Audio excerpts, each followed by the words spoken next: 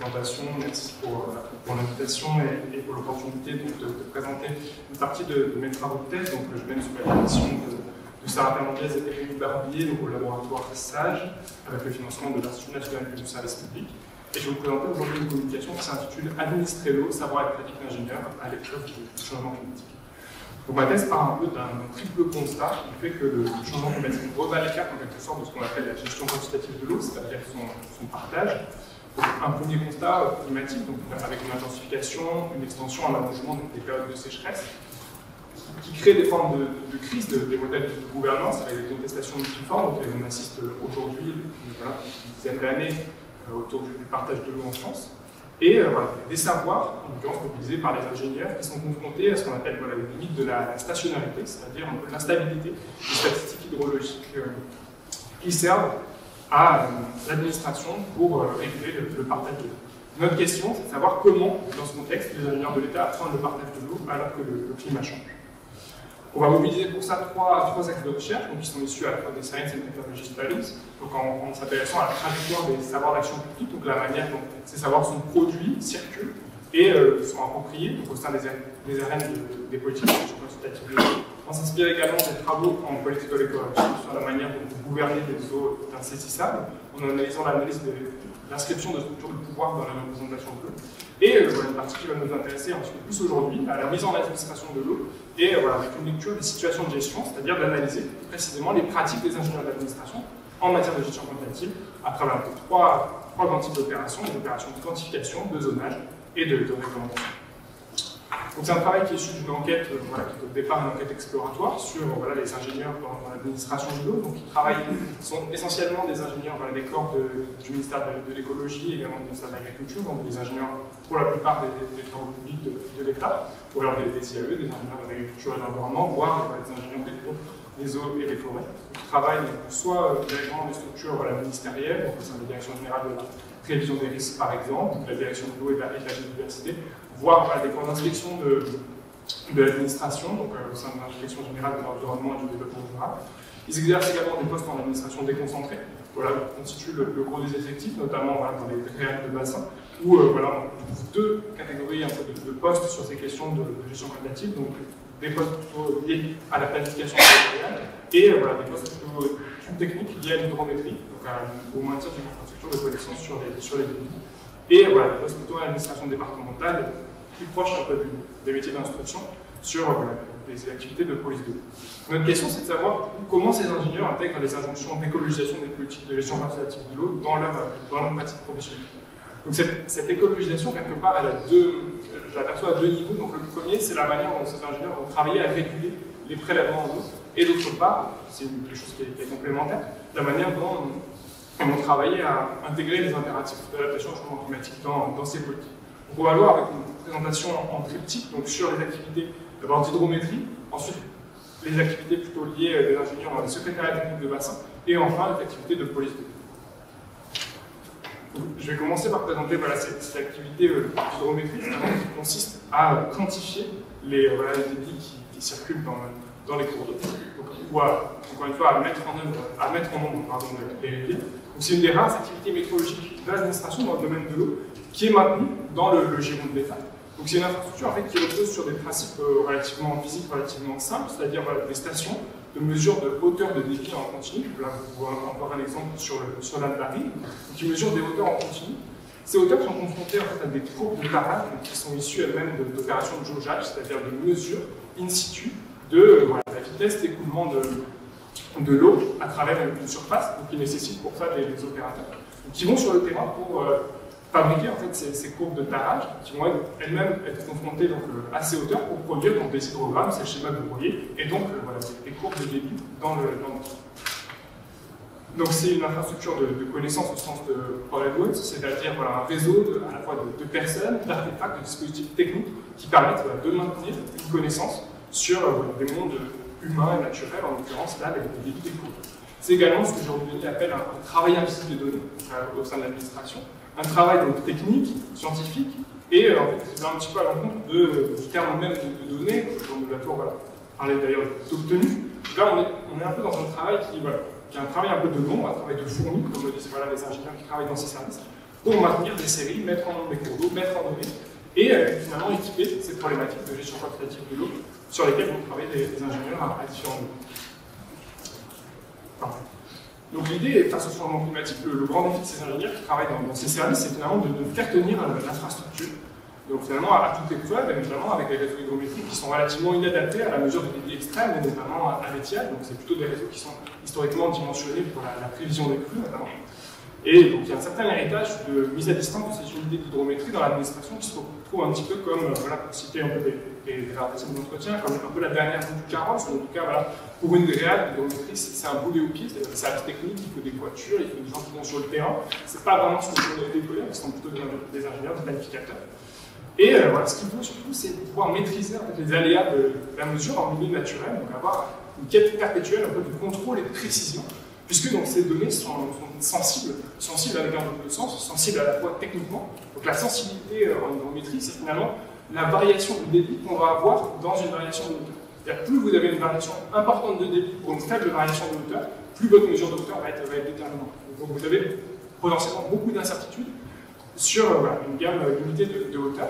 d'un point de vue technique. Et d'un point de vue politique, cette sensibilité elle est très bien appréhendée par les ingénieurs qui s'occupent de ces unités. C'est en fait ces mesures-là qui vont déclencher notamment des arrêtés de restriction des usages de l'eau, donc au niveau des préfets. Et voilà, on est parfois à la dizaine de près pour voilà, déclencher ou pas des arrêtés de restriction. Et là, vous voyez typiquement l'exemple d'un barrage de Castor qui perturbe en fait l'établissement justement de cette variation, cette courbe hauteur débit. Et donc voilà, on a un peu cette idée qu'en hydrométrie, notamment à l'étiage, le centimètre coûte cher, entre guillemets. Donc là, vous avez un peu d'exemple d'une station hydrométrique sur laquelle, finalement, là, vous avez des hydromètres qui ont travaillé à développer des outils pour montrer en fait, le niveau d'incertitude qu'ils peuvent avoir sur les mesures. Et vous voyez donc en traits voilà, horizontaux, en ligne grise, orange et rouge, les seuils qui sont utilisés par la police de l'eau pour prendre des arrêtés de restriction. Et on voit bien sur cette station, c'est une capture d'écran que j'ai prise le 5 août 2024, sur une station voilà, assez aléatoire, avec un niveau d'incertitude qui est tel qu'on ne peut pas distinguer en fait, entre les différents seuils. Et ça, c'est quelque chose qui est problématique en fait, au niveau des ingénieurs de l'hydrométrie, de se dire finalement,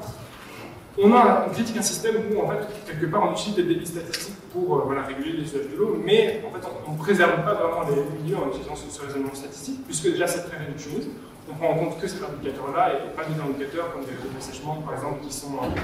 sont préexistants. Et voilà, ils sont assez critiques et ils développent d'ailleurs des outils en fait, pour justement rendre visibles ces incertitudes. Donc ça, c'est un outil qui a été développé donc, par un hydromètre dans un service, qui a été repris ensuite par un groupe de travail national plutôt composé d'ingénieurs, pour essayer de rendre visible en fait, la complexité de ce travail, les incertitudes autour de la mesure. Et aujourd'hui, finalement, cet outil-là, il n'est absolument pas approprié au niveau ministériel, il reste un peu dans un certain flou, on peut dire, entre voilà, les différentes directions qui s'occupent de l'hydrométrie. Aujourd'hui, c'est un projet un peu d'ingénieur qui reste dans les cartons. Et on va voir que finalement, ces projets d'ingénieurs dans les cartons, il y en a un certain nombre sur ces politiques de gestion mathématique.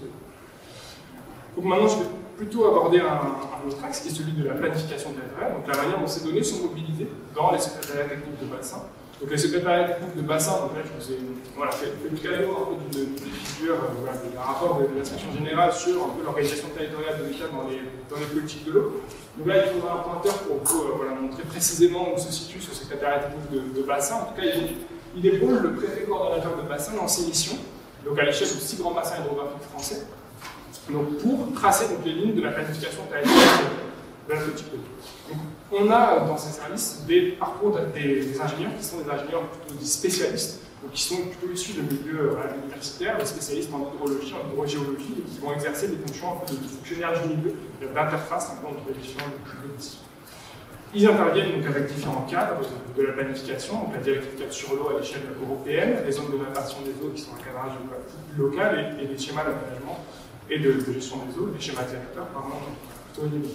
c'est finalement le lieu d'une construction d'une expertise de la pénurie, où se négocie finalement le contour des problèmes publics en matière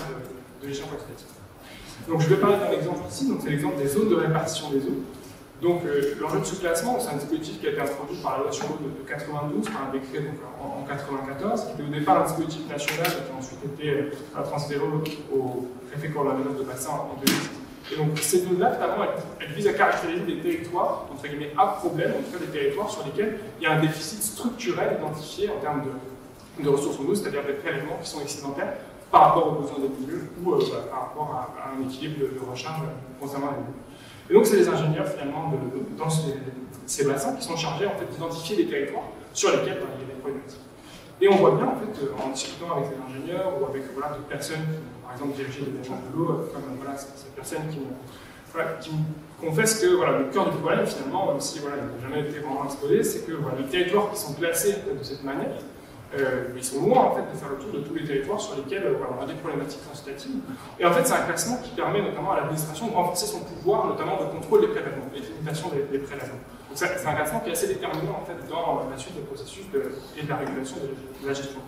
Puis là, on a des ingénieurs finalement qui sont confrontés un peu aux difficultés de traduction a priori réglementaire d'un diagnostic plutôt hydrogéologique.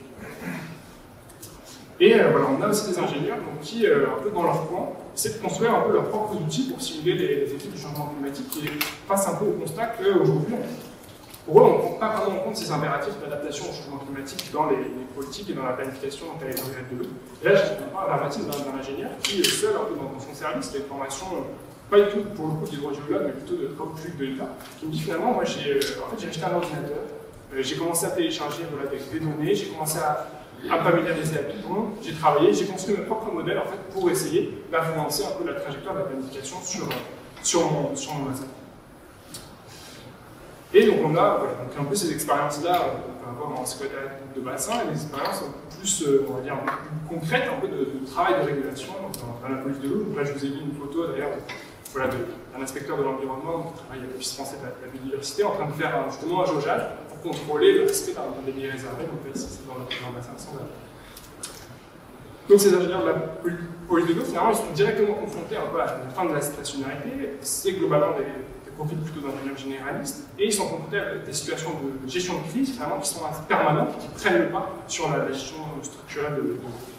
Donc avec notamment la récurrence des problématiques de sécheresse, qui sont liées, encore une fois, à ces statistiques qui sont perturbées par les effets du changement climatique. Donc ils sont aussi très fortement exposés politiquement, ils correspondent un peu dans l'administration à ce qu'on pourrait appeler les secrétaires de l'Eurocrat. C'est aussi des agents quelque part du guichet de l'administration de l'eau, en contact direct avec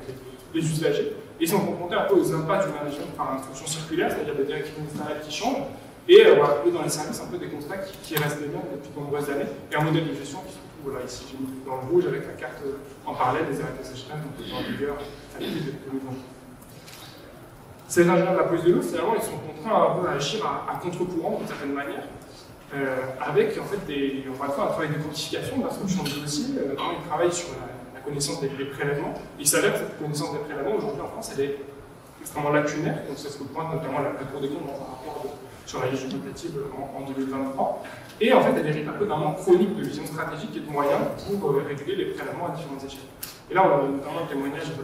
personnes qui travaillent dans le secrétariat de bassin. Il me dit les services départementaux sont assez démunis,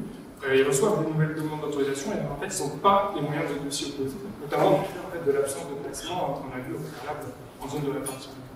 Et l'idée aussi que la hiérarchie, quelque part, ne va pas vraiment soutenir en fait, ce travail de régulation fin des prélèvements qui a un gros politique et qui alimente en fait un sentiment de décalage croissant de ces ingénieurs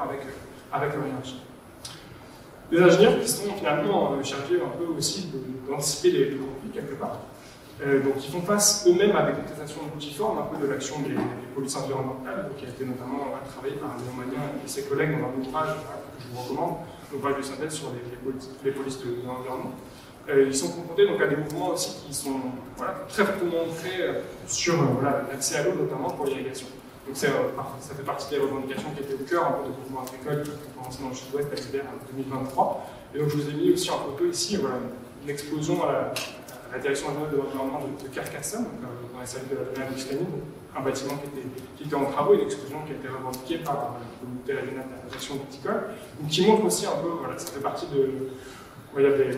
des exemples un peu de dégradation et d'agression qui ont été subies par ces agents au cours de ces différentes ces derniers mois, et donc qui sont finalement pris dans des rapports de force exacerbés entre administration et représentants agricoles et qui se font au détriment de l'écologisation des politiques de l'eau, comme montre aussi Sylvain Baronne dans son ouvrage. Donc finalement, c'est les ingénieurs de navigation qui se retrouvent un peu face aux impasses des modifications. Donc, je vais conclure un peu en disant finalement ce cas d'administration de l'eau, qu'est-ce qui nous apprend en fait, discussion sur les ingénieurs et l'écologie. En fait, c'est déjà des ingénieurs qui font l'expérience en fait, un peu dans leur quotidien des limites de la quantification, d'une certaine norme de réductionnisme, et les indicateurs de gestion qui construisent. Ils tentent d'intervenir en fait, à différentes échelles dans le recadrage des problèmes publics et expérimentent aussi des situations de désalignement par rapport à leurs aspirations. Et aussi des ingénieurs qui se retrouvent un peu contraints à, finalement, comme on a pu l'observer et discuter en fait, autour des différentes communications ces derniers temps, mais finalement des ingénieurs qui vont adopter un peu un réflexe de développement d'outils, de techniques, souvent en marge de leur hiérarchie, pour essayer de redonner un peu du sens à leur pratique et à la manière dont les politiques de l'eau sont structurées. Encore une fois, je dirais, j'attends peut-être la discussion pour les questions. Voilà, je suis désolé si la présentation était assez technique, voilà, les autres sont souvent un peu complexe, donc j'espère pouvoir revenir sur certains points et apporter des clarifications. Merci.